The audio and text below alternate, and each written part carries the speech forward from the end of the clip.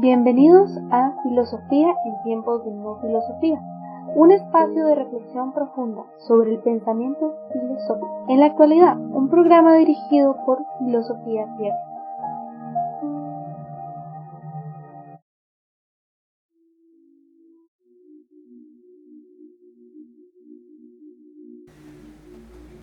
San Mateo 18, del 19 al 20. Os aseguro también que si dos de vosotros se ponen de acuerdo en la tierra para pedir algo, sea lo que fuere, lo conseguirán de mi Padre que está en los cielos, porque donde están dos o tres reunidos en mi nombre, ahí estoy yo en medio de ellos. Cada vez que leo un versículo no lo medito antes, no lo selecciono antes, ¿no? Y me hizo recordar a alguien muy especial.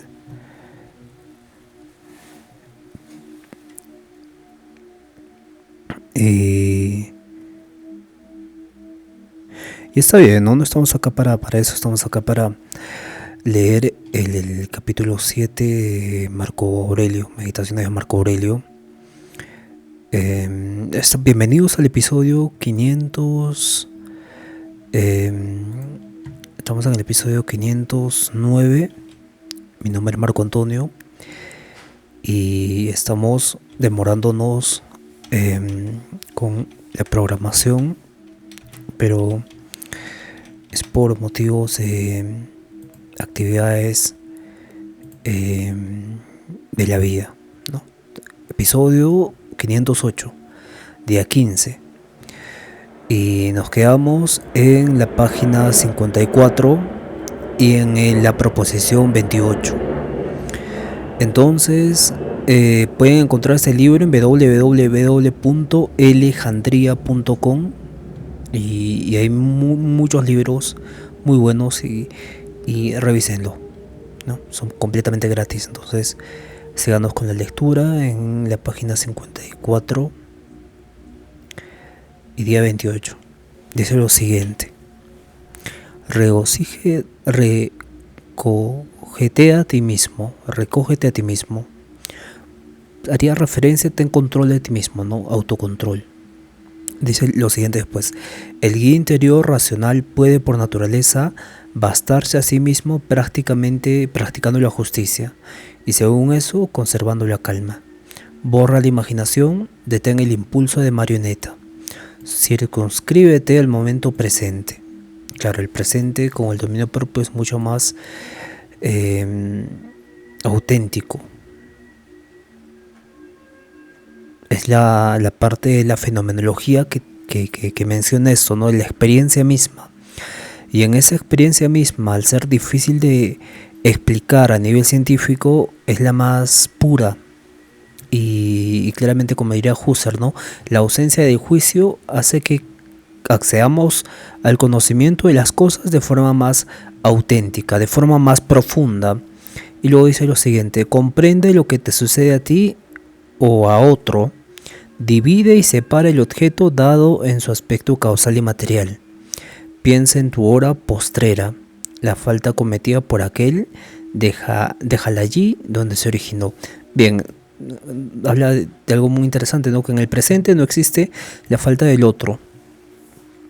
Y que esto ocurre cuando recuerdas el día postrero, un día malo, que todos podemos tener. Entonces la falta cometida por la otra persona hay que dejarlo a un lado, no hay que ser resentidos, en otras palabras.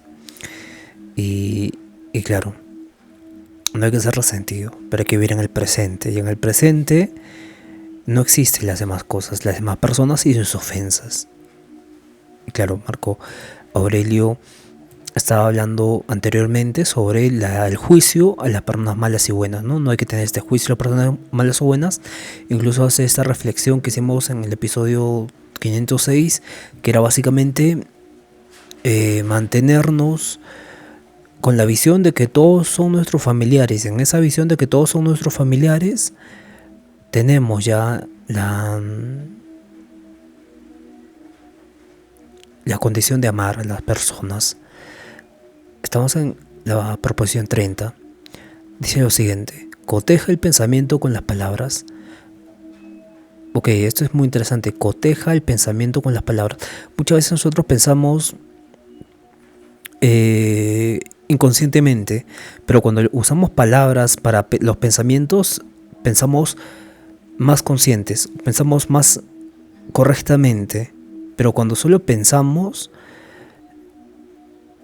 hay como una divagación del pensamiento, pero cuando los ponemos palabras en esos pensamientos, ya como se va asentando y vamos siendo conscientes de lo que pensamos. Y luego dice: sumerge tu pensamiento en los sucesos, en las causas que los produjeron. Esto es muy interesante, esto es clave. Yo no sé por qué me sigo acordando, ¿no? Siempre digo que tengo una memoria diferente y demás, pero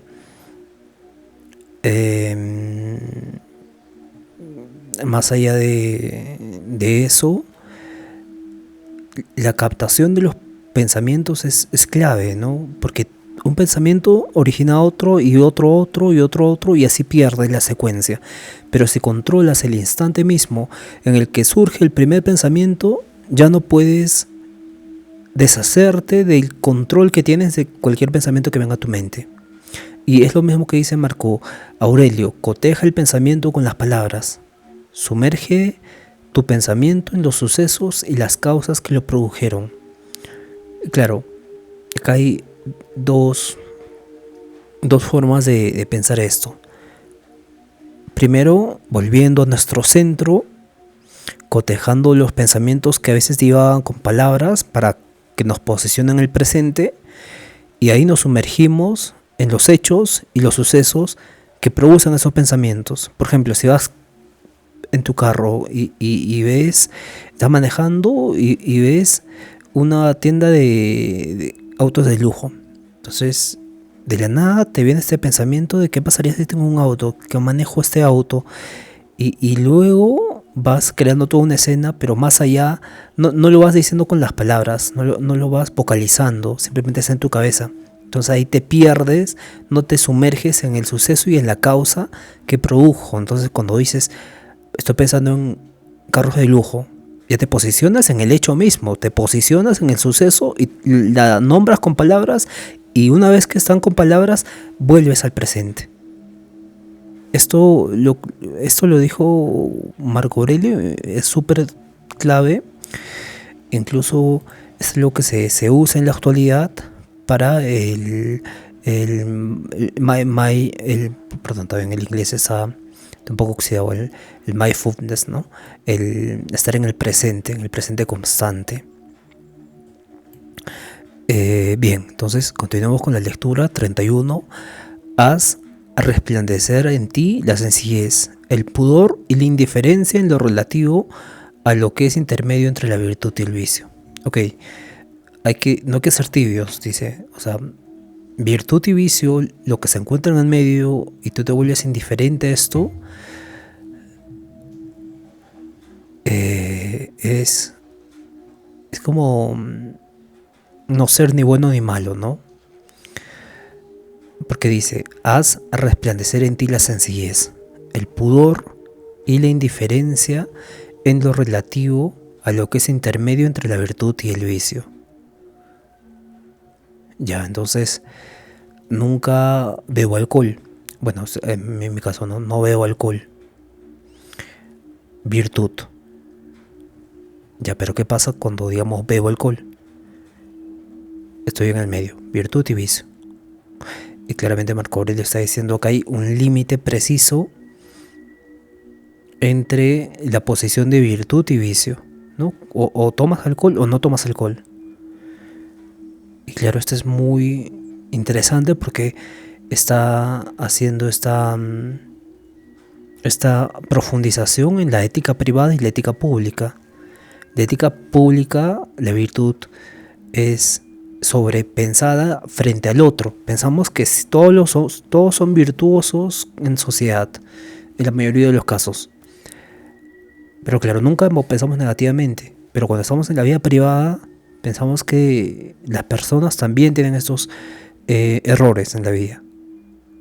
Entonces, hay un tipo de vacilación y lo relacionado con un trabajo que estoy haciendo, ¿no? Que es básicamente esto, la ética privada y la ética pública. Y que de acá, de esta disociación de la ética privada y la ética pública, surge el discurso político no coherente, ¿no? Dicen no a la corrupción, pero existe corrupción. Y claramente esto ocurre por esta ruptura interna entre la ética privada y ética pública. Y este trabajo que estoy haciendo es más...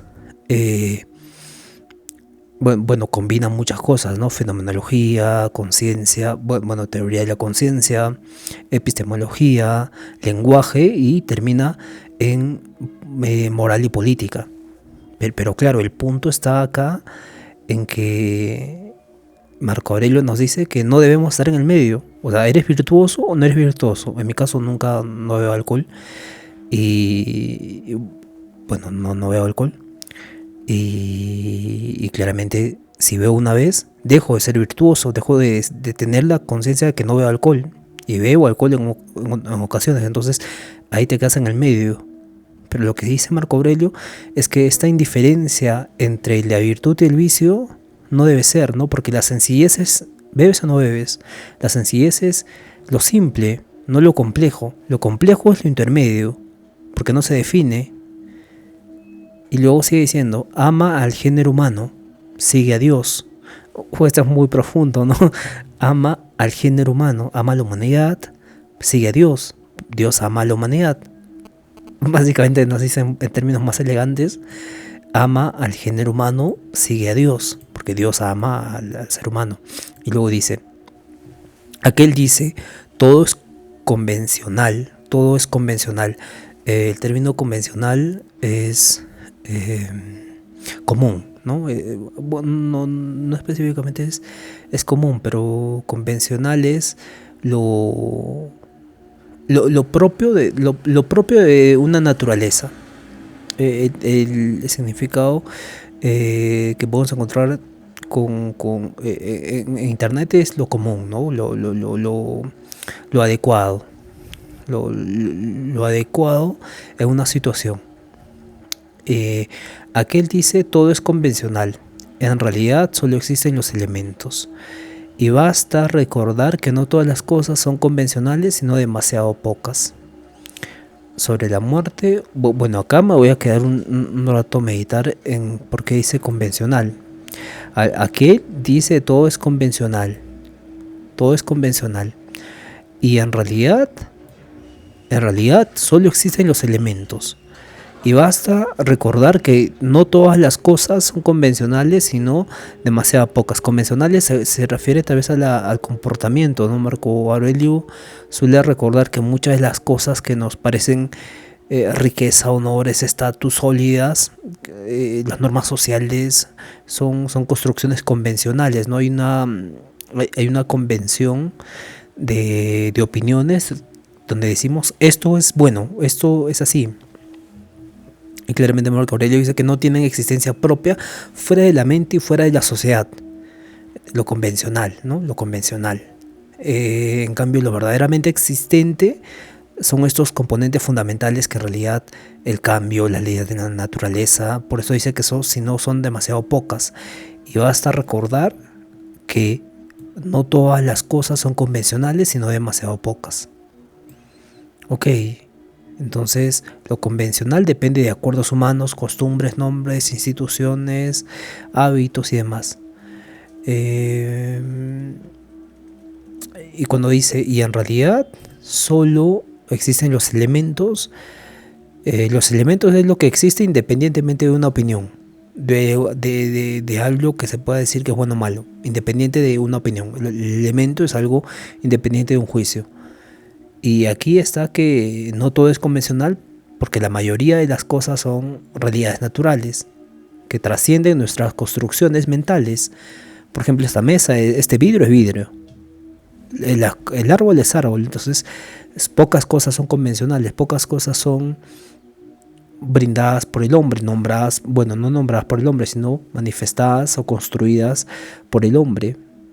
Entonces, la filosofía estoica distingue siempre del no depender de las convenciones, de los juicios de la sociedad, sino orientar nuestra vida hacia la aceptación de lo real, y lo real es los elementos. Lo real es básicamente lo que está fuera de la opinión, fuera de la convención.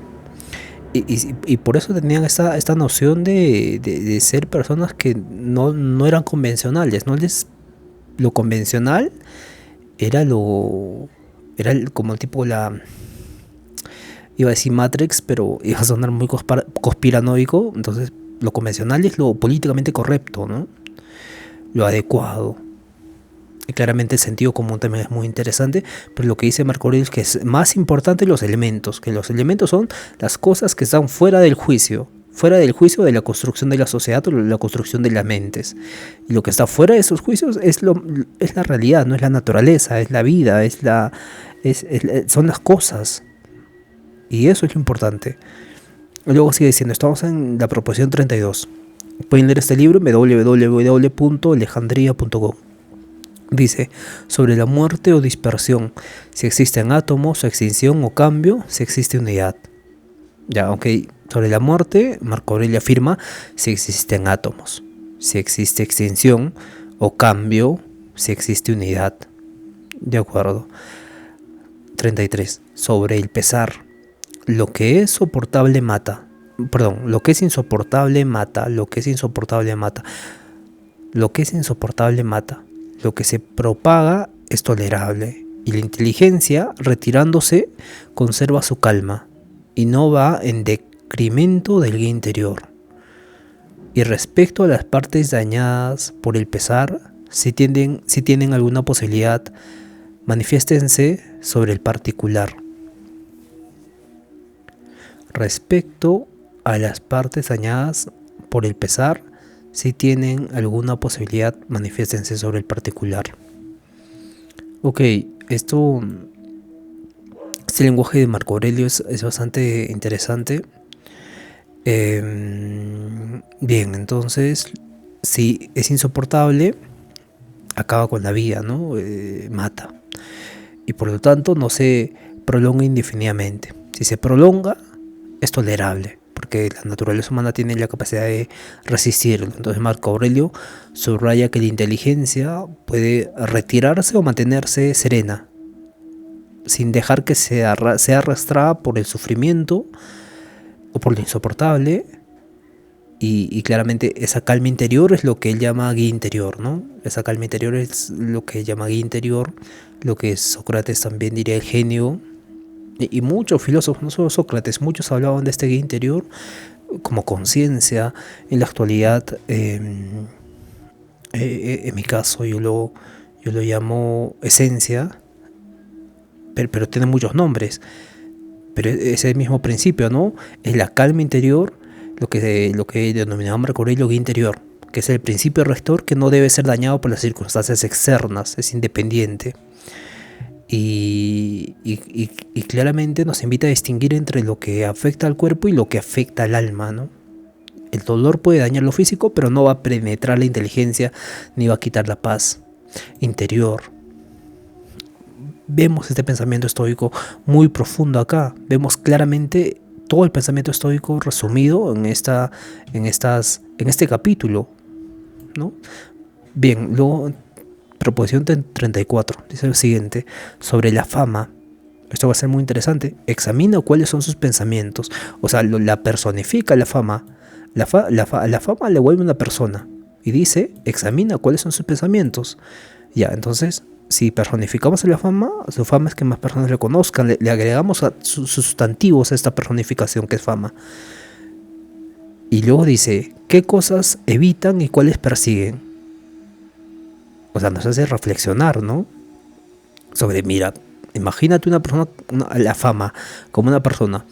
Examina cuáles son sus pensamientos. Y luego dice, ¿qué cosas evita y cuáles persigue? Y que, al igual que las dunas, al amontonarse unas sobre otras, ocultan las primeras. Ok, acá nos da un principio muy interesante. ¿Qué cosa persigue? ¿No? Persigue esto, luego esto, luego esto, luego esto, luego esto, luego esto. ¿Qué cosa evita? Esto, luego esto, luego esto, luego esto. Así también en la vida los sucesos anteriores son